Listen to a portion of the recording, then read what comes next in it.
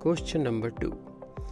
Audible air leak and air loss rate exceeds prescribed limit. Start the truck. Release both yellow and red brakes. Say it's safe to do so because wheels are chalked.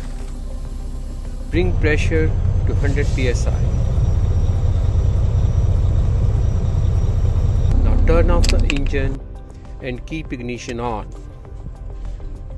Pull down the glass of the side window. Press and hold foot brake.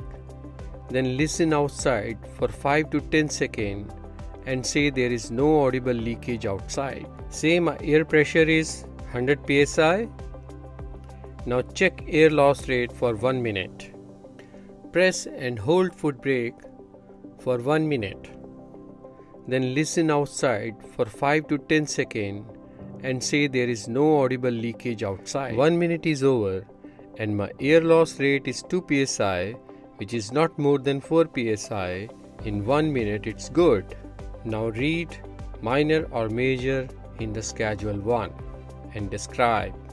If there is an audible air leak, it is a minor defect.